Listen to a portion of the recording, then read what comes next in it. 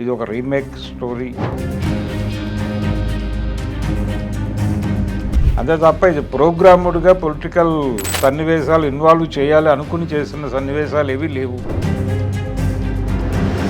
ఆ రెఫరెన్సుల్లో నడవటం అనేది కొంత విచిత్రంగా అనిపించింది. కానీ భరద్వాజ్ గారు, హరీష్ శంకర్ గారు ఉస్తాద్ భగత్ సింగ్ ప్రమోషన్స్లో పాల్గొంటున్నారు కదా. అవును, కొన్ని హైలైట్స్ ఆయన బయట పెట్టారు సినిమా గురించి ఆసక్తికర విషయాలు.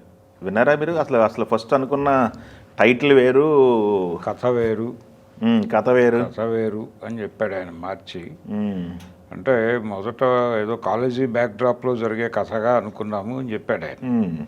అయితే ఒక మాట వినిపిస్తూ వచ్చింది సినిమా అనుకున్నప్పటి నుంచి, ఇది ఒక రీమేక్ స్టోరీ అనే థియరీ రీమేక్ అన్నట్టుగా వార్తలు వచ్చినాయి. అయితే ఆ ప్రస్తావన ఎక్కడా చేయలేదు ఆయన. థియరీ రీమేక్ కాదని చెప్పేశాడు.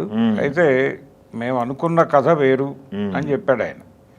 చెప్పి మొదట అంటే భవదీయుడు భగత్ సింగ్ అనే టైటిల్ అనుకున్నప్పుడు దానిలో ఒక పాజిటివ్ నెగిటివ్ రెండూ ఉన్నాయి. ఒక పవర్ఫుల్ టైటిల్ ఇది అని పవన్ కళ్యాణ్ గారు తనని పొగిడినట్లుగా చెప్పుకున్నాడు ఆయన. అవును. చెప్పి తర్వాత అది క్యాచీగా లేదు, ఈ జనరేషన్ పీపుల్కి ఈ భవదీయుడు అనేది ఎలా ఉంటుంది, వాళ్ళకి అర్థమవుతుందా లేదా అనే కన్ఫ్యూజను. అంటే దానికి ఒక క్లారిఫికేషన్ ఇవ్వాల్సిన పరిస్థితి వస్తుంది, ఎందుకు అనవసరంగా రిస్క్ అనే ఉద్దేశంతో భవదీయుడు భగత్ సింగ్ అనేది కాదు అనుకుని ఉస్తాద్కి వెళ్ళాం అని చెప్పాడు ఆయన. అదేలేండి, స్టోరీ మార్చాము అని చెప్పారు. ఈ స్టోరీ మార్చటంలో భాగంగానే ఈ ఉస్తాద్ అనేది ఎందుకు పెట్టాల్సి వచ్చింది, అలాగే ఈ భగత్ సింగ్ అనేది ఎందుకు పెట్టాల్సి వచ్చింది, ఆ రెండు జస్టిఫికేషన్స్ సినిమా మొదలైనటువంటి అరగంటలోనే మీకు అర్థమైపోతాయి అనేది ఒక క్లారిటీ ఇచ్చాడు ఆయన. ఇచ్చి ఒక పవర్ఫుల్ కాప్ రోల్లో కనిపించబోతున్నాడు మళ్ళీ. అంటే ఆయన్ని ట్రెండీగా చూపించాలి, ఆయన తరహా కాస్ట్యూమ్స్లో చూపించాలి అనే తాపత్రయంతో కాలేజీ డ్రామాకి వెళ్ళానని చెప్పాడు ఆయన. ఆ కాలేజీ డ్రామా కాదు, ఆయన ప్రస్తుతం ఆయన స్ట్రక్చర్ ప్రకారం క్యారెక్టర్ ఉండాలంటే కాప్ క్యారెక్టర్ అయితే కనెక్ట్ అవుతుంది అనే ఉద్దేశంతో, అంటే స్ట్రక్చర్ బ్యాలెన్స్ చేయడం కూడా డెప్యూటీ సీఎం కాబట్టి ఆ స్ట్రక్చర్ని పట్టుకొని ఆ తరహాలో వెళ్ళాలి కాబట్టి నేను ఆ క్యారెక్టర్ని తీసుకుని ఆ లైన్లో కథను వెళ్ళాను అని చెప్పాడు ఆయన. చెప్పి రకరకాల ప్రశ్నలు వచ్చినాయి ఆయన ముందుకి. అంటే దీనిలో కూడా గబ్బర్ సింగ్లో లాగా ఏవైనా, అంటే దానిలో చాలా జనాలకు విపరీతంగా కనెక్ట్ అయినటువంటి ఒక సీన్ ఉంది. ఆ పోలీస్ స్టేషన్లో అంత్యాక్షరి సీన్ ఒకటి, దానికి సంబంధించి అడిగితే నేను రిపీట్ చేయను, అంటే ఆ రేంజ్ హుక్ చేసేటువంటి ఆడియన్స్ని పట్టుకునే ఒక సన్నివేశం అయితే ఉంటుంది డెఫినెట్గా అని చెప్పాడు. ఇలాంటి పద్ధతిలో ఆయన సినిమాలో ఏముంటుంది, ఏది హైలైట్, అంటే జనాలని కనెక్ట్ చేసుకునేటువంటి అంశాలు ఏమేమి ఉన్నాయి సినిమాలో అనేది చెప్పుకుంటూ వెళ్ళాడు. ప్రమోషనల్ ఇంటర్వ్యూ కాబట్టి ఇటువైపు నుంచి కూడా సినిమాకి సంబంధించి ఏ అంశాలు కీలకం కాబోతున్నాయి అని అడుగుతూ, ప్రధానంగా పొలిటికల్ ఎలిమెంట్ ఏమన్నా ఉంటుందా సినిమాలో, అంటే వీళ్ళు ఫస్ట్ వదిలినటువంటి ట్రైలర్లో అది ఉంది, ఈ గ్లాసు పదునెక్కింది అని. ఈ పదునెక్కిన గ్లాసు అనేది ఆ ఎన్నికల్లో కీలకంగా పనిచేసింది అని కూడా మన మీడియా వైపు నుంచి వచ్చింది. వస్తే అవన్నీ దృష్టిలో పెట్టుకోలేదు, క్యాజువల్గా తీసిందే. అదేమి ఆ ట్రైలర్లోనూ అప్పుడు వచ్చినటువంటి గ్లిమ్సెస్లోనూ పొలిటికల్ ఎజెండాతో చేసింది కాదు. ఇప్పుడు సినిమా కూడా అలా ఉండదు. అయితే కొన్ని డైలాగులు ఆయన క్యారెక్టర్ని ఎస్టాబ్లిష్ చేయటము, ఆయన పర్సనల్ క్యారెక్టర్ని ఇన్వాల్వ్ చేయటము రెండూ జరిగితే తప్ప కుదరదు. కాబట్టి ఆ సన్నివేశాల్లో కొంచెం రెఫరెన్సులు ఉంటాయి. అంతే తప్ప ఇది ప్రోగ్రాముడ్గా పొలిటికల్ సన్నివేశాలు ఇన్వాల్వ్ చేయాలి అనుకుని చేసిన సన్నివేశాలు ఏవి లేవు. ఆర్గానిక్గా నడుస్తుంది సినిమా అన్న పద్ధతిలో ఆయన చెప్పుకుంటూ వెళ్ళాడు. కాబట్టి ఆ ధోరణి కొంత ఇంప్రెసివ్గా అనిపించింది జనాలకు కూడా. ఇంప్రెసివ్గా ఉంది, హానెస్ట్గా మాట్లాడిన ధోరణిలోనే ఉంది అది. టోటల్ ఇంటర్వ్యూ ఆయన సినిమా గురించి చాలా కాన్ఫిడెంట్గా ఉన్నాడు.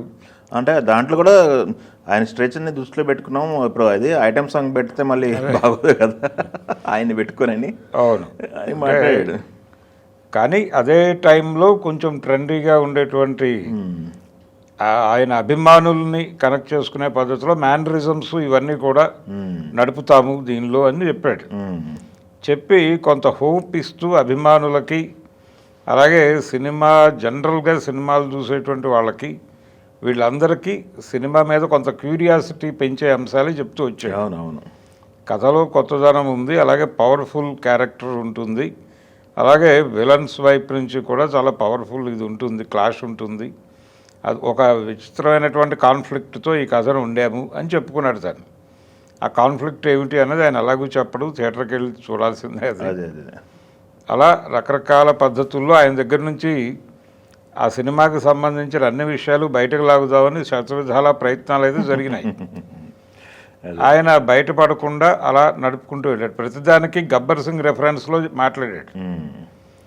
అంటే పాటల గురించి మాట్లాడినప్పుడు ఆ పాట, అందులో పాటలే ప్రస్తావించాడు ఆయన. గబ్బర్ సింగ్ అవును, పాటలే ప్రస్తావిస్తూ అదే ఎలా జరిగిందో ఇందులోనూ అలాగే అలాంటి వాతావరణంలోనే నడుస్తుంది, ఇలా చెప్పుకుంటూ వెళ్ళాడు. ఆ రెఫరెన్సుల్లో నడవటం అనేది కొంత విచిత్రంగా అనిపించింది. కానీ మరొకసారి ఒక పవర్ఫుల్ కాప్ క్యారెక్టర్లో పవన్ కళ్యాణ్ని మనం గబ్బర్ సింగ్ జోడీని భగత్ సింగ్ ఏరియాలో చూడబోతున్నాం ఈసారి. చూద్దాం. రిలీజ్ దగ్గర పడుతోంది, రిలీజ్ దగ్గర పెడుతోంది. ఇది ఫస్ట్ ఇంటర్వ్యూ అనుకుంటాను. అంటే 1-to-1 ఇస్తారు మామూలుగా, ఈయన రౌండ్ టేబుల్ పెట్టాడు. ఈ రౌండ్ టేబుల్ కూడా ఇంకొక రౌండ్ టేబుల్ ఉంటుంది అనుకుంటున్నాను నేను. ఇంకో 2-3 రౌండ్ టేబుల్స్ మధ్యలో. అంటే డబ్బింగ్ ఉంది మార్చ్ ఫస్ట్ వీక్లో అన్నాడు ఆయన. ఈ వారంలో డబ్బింగ్ ఉంటుంది. ఇది కంప్లీట్ అయిన తర్వాత వాళ్ళు పబ్లిసిటీ మీద కాన్సన్ట్రేట్ చేస్తారు. చూద్దాం. 26 కదా. అవును, 26 కాబట్టి. రెండోది, వీళ్ళు పెద్దగా మార్కెట్ ఎక్స్పాన్షను ఈ హడావిడిలో కూడా ఉన్నట్టుగా కనిపించటం లేదు. Local market, south Indian market వరకే కన్ఫైన్ అయ్యేటట్టుగా ఉంది. అందుకని పెద్దగా టెన్షన్ పట్టలేదు. ఈజీగానే జనాల్లోకి సినిమాని కనెక్ట్ చేయగలం అనుకుంటున్నారు. ఒక కీలకమైన ప్రశ్న వచ్చినప్పుడు కూడా ఆయన చాలా సునాయాసంగా తప్పించేశాడు దాన్ని. అంటే ఈ సినిమాకి కేటాయించినటువంటి టైం ఏమిటి అనే ప్రశ్న వచ్చింది. అంటే ఆయన దానికి పెద్దగా డేస్ ఇవ్వలేదు అనేది ఆ రోజుల్లో చర్చ జరిగింది ఓజీకి. దీనికి సఫిషియంట్ టైం కేటాయించారు, దానివల్ల క్వాలిటీ పెరిగిందనే చర్చ జరిగింది బయట. అది వచ్చినప్పుడు అటువంటిదేం కాదు, ఆయన కష్టపడ్డారు, టైం ఇచ్చారు. ఓజీ ఆ టైంలో జరిగినటువంటి వ్యవహారాల గురించి మాట్లాడటానికి ఆయన ఇష్టపడలేదు. అయితే ఒక రెఫరెన్స్ తీసుకున్నాడు. సుజిత్ ఆ రోజున గబ్బర్ సింగ్ కోసం ఆయన ఆ రెడ్ ఇది టవల్ కట్టుకుని వచ్చానని చెప్పాడు. సో ఓజీకి కూడా నేను అలా వెళ్ళి, నువ్వు నా సినిమా కోసం అలా వస్తే నీ సినిమా కోసం నేను ఇలా వచ్చానని చెప్పాను అని చెప్పుకున్నాడు. ఆ సుహృద్భావపూరిత వాతావరణం, దాన్ని ఎస్టాబ్లిష్ చేసేటువంటి ప్రయత్నం చేసి, ఓజీతో కంపారిజన్ అని కాదు కానీ నేను నా యాంగిల్లో నేను బెటర్ కంటెంట్ ఇవ్వబోతున్నాను అనే విషయాన్ని అయితే స్పష్టంగా చెప్పుకున్నాడు ఆయన. అది ఏ రేంజ్లో ఉంటుంది అనేది చూడాలి. మొత్తానికి ప్రమోషనల్ ప్రోగ్రామ్ యాక్టివ్గా మొదలు పెట్టేశారు. ఇంకా నడుస్తుంది అది, ఇక్కడ నుంచి మొదలు.